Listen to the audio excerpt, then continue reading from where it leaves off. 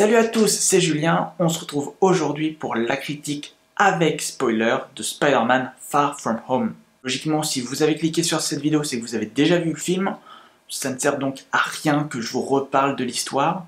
Vous la connaissez autant que moi. Si vous n'avez pas vu le film, je vous conseille vivement de quitter cette vidéo, d'aller voir ma critique sans spoiler, pour vous donner une petite idée de ce que peut être le film. On ne parlera donc pas de l'histoire, on ne parlera donc pas du casting, on parlera de quelques points de ce film dont j'avais vraiment envie de parler.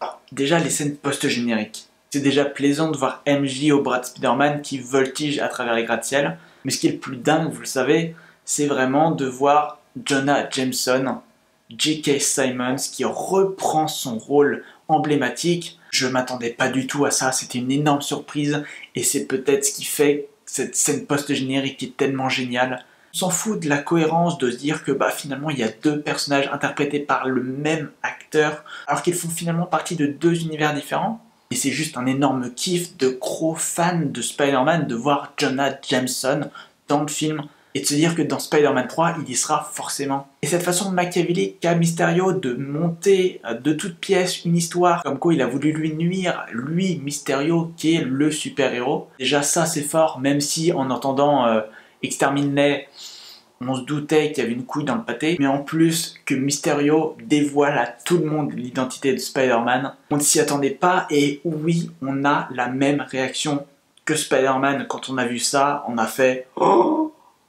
Il n'y a pas d'autre réaction possible. C'est une manière très subtile mais très intelligente de mettre en place un Spider-Man 3, de le teaser sans même teaser un méchant ou quoi que ce soit. C'est pour moi une des meilleures scènes post-génériques que j'ai vues depuis de nombreuses années. Parce que ça n'en dit pas trop, mais ça donne très envie de voir la suite. Avant de parler du méchant, qui est vraiment le gros point sur lequel je veux insister dans cette vidéo, j'ai trouvé que globalement Spider-Man était vraiment trop démasquable dans ce film. Déjà que cette petite sortie du groupe, c'est à moitié cramé, on va pas se le cacher, ce qui est notamment expliqué par MJ qui se doute de quelque chose même si elle n'en est pas totalement sûre. Mais c'est surtout au-delà de, forcément, s'il y a quelque chose qui se passe, il faut qu'il se cache pour se changer, pour devenir Spider-Man. Et notamment dans la scène du bar avec Mysterio et Spider-Man, j'ai pas compris. Vraiment, que si t'es un super-héros, tu ne fais pas ça, tu vas pas boire un coup avec la nouvelle coqueluche du monde entier. Tu bois un verre avec le super-héros à côté en costume, toi tu es démasqué et tu portes quand même ton costume. Ton costume bien sûr qui est modifié, c'est pas le costume classique bleu-rouge, c'est vraiment un costume assez tactical suit, mais n'importe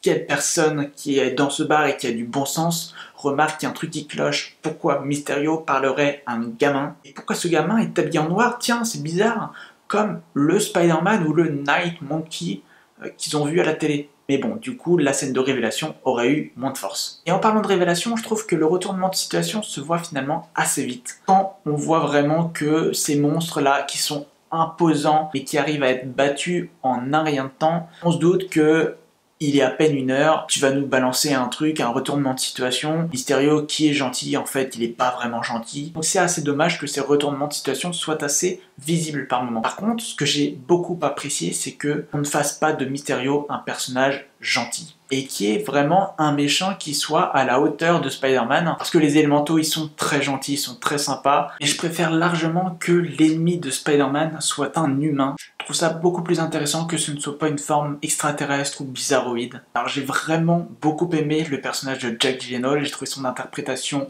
magnifique, vraiment top, à l'image de l'acteur finalement. Mais il y a quand même quelque chose qui m'a fait tiquer, c'est que pour la deuxième fois, après le vautour dans Spider-Man Homecoming, le méchant du film Spider-Man n'est pas vraiment un méchant de Spider-Man. C'est beaucoup plus un méchant d'Iron Man plutôt qu'un méchant de Spider-Man. Dans Homecoming, le vautour s'en prenait beaucoup plus à Iron Man parce qu'il avait un peu cassé son business et juste Spider-Man venait contrecarrer ses plans. Ce qui est finalement la même chose dans Far From Home, c'est que Tony Stark a volé la technologie de Mysterio et que donc Mysterio veut devenir un plus grand super-héros qu'Iron Man. Et Spider-Man qui découvre le stratagème va du coup essayer de contrecarrer ses plans. C'est donc dommage qu'on n'ait pas un méchant de Spider-Man comme on a eu dans la première trilogie ou dans les films Amazing Spider-Man. Est-ce qu'on aura ce genre de méchant dans le prochain film?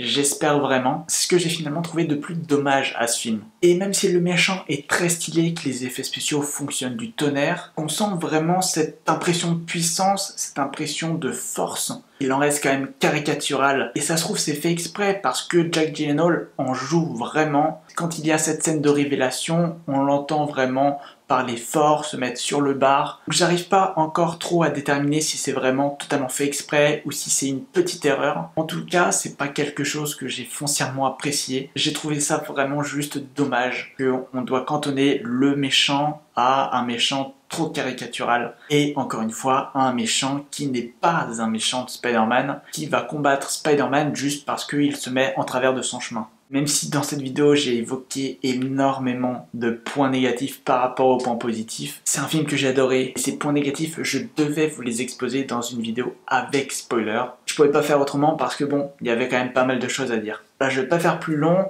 n'hésitez pas à me dire dans les commentaires ce que vous avez pensé du film. Cette vidéo était avec spoiler donc n'hésitez pas à spoiler. Allez-y, n'hésitez pas non plus à aimer cette vidéo si elle vous a plu. Et n'hésitez pas à vous abonner, c'est hyper important, c'est un énorme soutien pour la chaîne. Vous êtes de plus en plus, ça donne une motivation énorme. Et je vous promets qu'il y a de grosses choses qui arrivent sur la chaîne. Et c'est pas parce que c'est l'été qu'il y aura beaucoup moins de vidéos, bien au contraire. On se retrouve donc très vite pour de nouvelles vidéos sur le cinéma. En attendant, portez-vous bien. Ciao.